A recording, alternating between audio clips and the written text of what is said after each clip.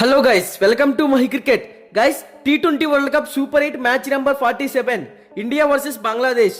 ఈ రెండు టీమ్స్ మధ్య ఈ మ్యాచ్ జూన్ 22వ తారీఖు రాత్రి 8 గంటలకు Sir Vivian Richards stadium West Indies లో జరగబోతుంది. ఈ రెండు టీమ్స్ మధ్య మ్యాచ్ అంటే చాలా ఇంట్రెస్టింగ్ అయితే ఉండబోతుంది. అలాగే ఈ మ్యాచ్ బంగ్లాదేశ్ టీమ్ కి ఇంపార్టెంట్ మ్యాచ్.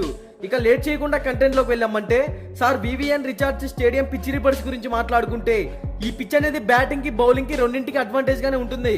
ఈ వెన్యూలో ఇప్పటి వరకు టోటల్ గా 8 మ్యాచెస్ జరిగాయి.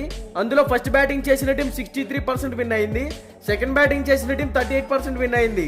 సో ఈ వెన్యూలో టాస్ గెలిచిన టీం ముందుగా బ్యాటింగ్ ఎంచుకుంటేనే విన్ అయ్యే ఛాన్సెస్ క్రియేట్ చేసుకోవచ్చు. అలాగే ఈ వెన్యూలో ముందుగా బ్యాటింగ్ తీసుకున్న టీం 180+ స్కోర్ బోర్డ్ ని టచ్ చేస్తేనే సెకండ్ ఇన్నింగ్స్ లో ఆ స్కోర్ ని డిఫెండ్ చేసుకుని విన్ అయ్యే ఛాన్సెస్ క్రియేట్ చేసుకోవచ్చు. ఈ వెన్యూలో పేసర్ స్పిన్ బౌలింగ్ గురించి మాట్లాడుకుంటే లాస్ట్ 10 మ్యాచెస్ లో పేస్ బౌలింగ్ కి 46 వికెట్స్ పడ్డాయి, స్పిన్ బౌలింగ్ కి 50 వికెట్స్ పడ్డాయి. కొంచెం అటు ఇటుగా చూసుకున్న ఈ పిచ్ అనేది స్పిన్ బౌలర్స్ కి అడ్వాంటేజ్ గా ఉంటుందని చెప్పుకోవచ్చు.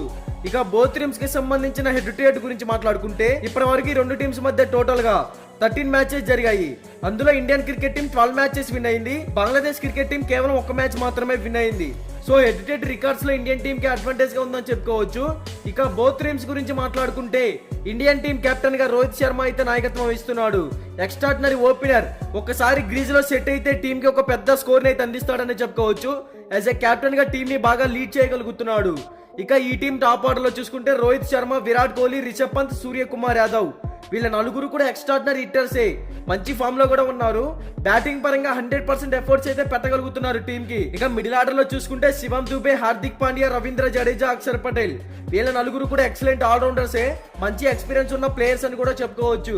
అలాగే బ్యాటింగ్ మరియు బౌలింగ్ లో ఇచ్చి పడేస్తున్నారు. ఇక బౌలింగ్ సైడ్ చూసుకుంటే హర్షదీప్ సింగ్, కుల్దీప్ యాదవ్, జస్ప్రీత్ బుమ్రా ముగ్గురు పేసర్స్. ఓవరాల్ గా ఈ టీం బ్యాటింగ్ మరియు బౌలింగ్ పరంగా మంచి ఫామ్ లో ఉంది. ఆడిన ప్రతి మ్యాచ్ కూడా విన్ అవుతూనే వస్తుంది ఈ టీము. ఇక బంగ్లాదేశ్ టీం గురించి మాట్లాడుకుంటే బంగ్లాదేశ్ టీం కెప్టెన్ గా నజ్ముల్ హుసేన్ షాంటో అయితే నాయకత్వం వహిస్తున్నాడు. బ్యాక్ టు ఫామ్, బ్యాటింగ్ పరంగా మంచి స్కోర్ ని టీం కి అందిస్తున్నాడు. యాజ్ ఎ కెప్టెన్ గా టీం ని బాగా లీడ్ చేయాలనే ట్రై చేస్తున్నాడు అని చెప్పుకోవచ్చు. ఈ టీం టాప్ ఆర్డర్ లో చూసుకుంటే టంజిద్ హాసన్, లిటోన్ దాస్, నజ్ముల్ హుసేన్ షాంటో, రిషాద్ హాసన్ నలుగురు కూడా హిట్టర్సే. బ్యాటింగ్ పరంగా 100% ఎఫర్ట్స్ అయితే పెట్టగలుగుతారు. ఇక మిడిల్ ఆర్డర్ లో చూసుకుంటే టూ వైడ్ హిడే, సకీబుల్ హసన్, మహమ్మదుల్లా, రియాద్, మహేదీ హసన్ వీళ్ళ నలుగురు కూడా మంచి స్టెబిలిటీ ఉన్న హిట్టర్సే. ఆల్రౌండర్స్ పరంగా కూడా ఈ టీం కి మంచి పర్ఫార్మెన్స్ ఇవ్వగలుగుతారు. ఇక బౌలింగ్ సైడ్ చూసుకుంటే టస్కిజ్ అహ్మద్, టన్జీన్, హాసన్ సాహిబ్, ముస్తఫిజర్ రెహమాన్ ఓవరాల్ గా ఈ టీం కూడా బ్యాటింగ్ మరియు బౌలింగ్ పరంగా స్ట్రాంగ్ అని కనబడుతుంది. ఇక ఈ రెండు టీమ్స్ మధ్య మ్యాచ్ అంటే థ్రిల్లింగ్ గా ఉండబోతుందని చెప్పుకోవచ్చు. మరి ఈ మ్యాచ్ లో బంగ్లాదేశ్ టీం పై ఇండియన్ టీమే 100% విన్ అవుతుంది అనేది నా ఒపీనియన్.